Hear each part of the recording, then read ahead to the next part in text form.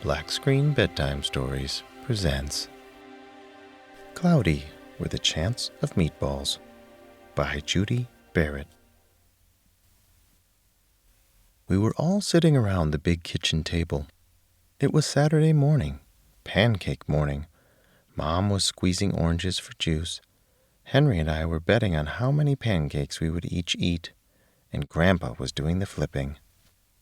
Seconds later, something flew through the air, headed toward the kitchen, and landed right on Henry.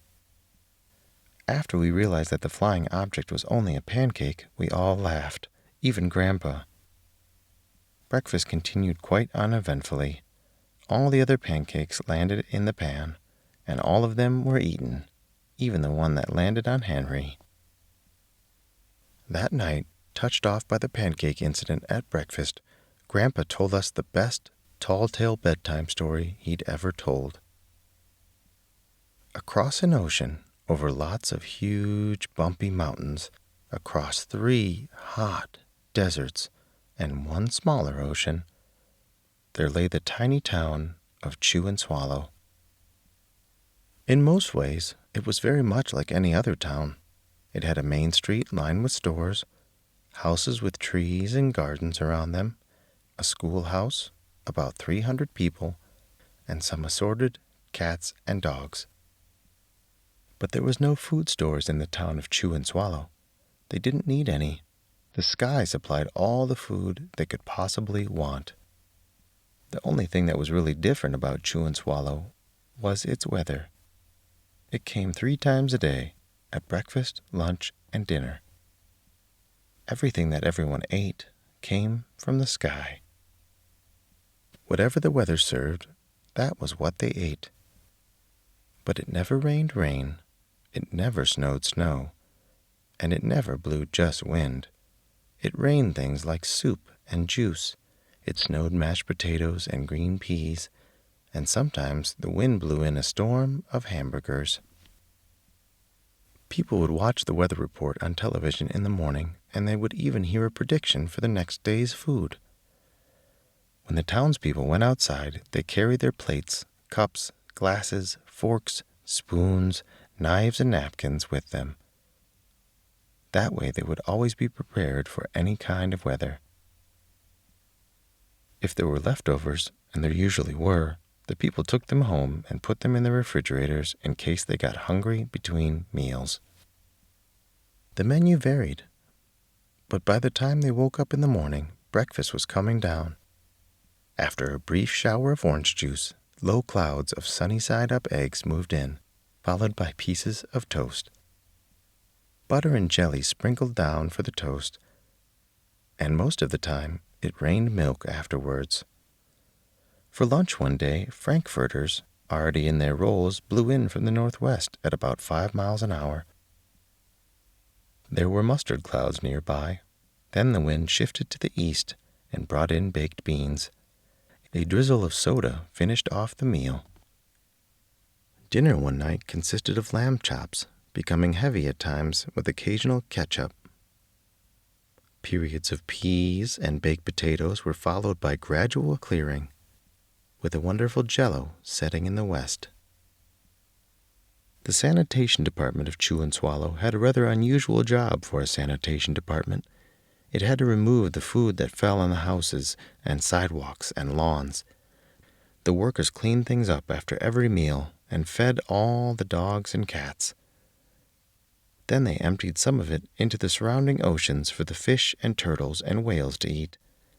The rest of the food was put back into the earth so that the soil would be richer for the people's flower gardens. Life for the townspeople was delicious until the weather took a turn for the worst.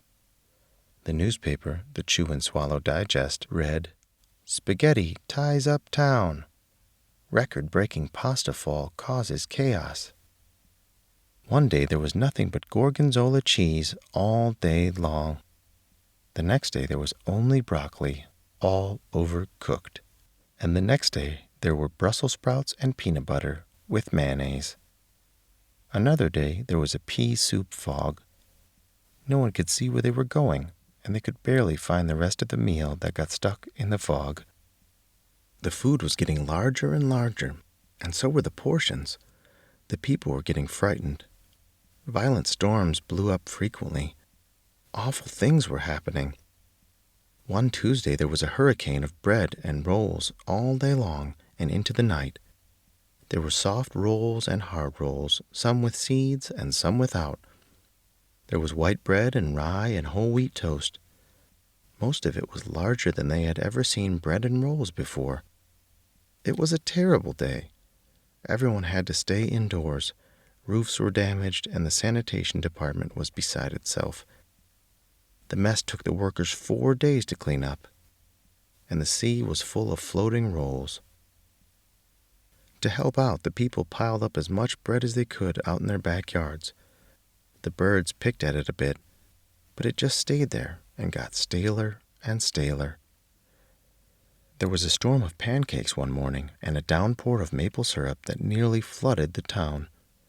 A huge pancake covered the school. No one could get it off because of its weight, so they had to close the school. Lunch one day brought 15-inch drifts of cream cheese and jelly sandwiches. Everyone ate themselves sick, and the day ended with a stomachache. There was an awful salt and pepper wind accompanied by an even worse tomato tornado. People were sneezing themselves silly and running to avoid the tomatoes. The town was a mess. There were seeds and pulp everywhere. The sanitation department gave up. The job was too big. Everyone feared for their lives. They couldn't go outside most of the time. Many houses had been badly damaged by giant meatballs. Stores were boarded up, and there was no more school for the children. So a decision was made to abandon the town of Chewandswallow. It was a matter of survival.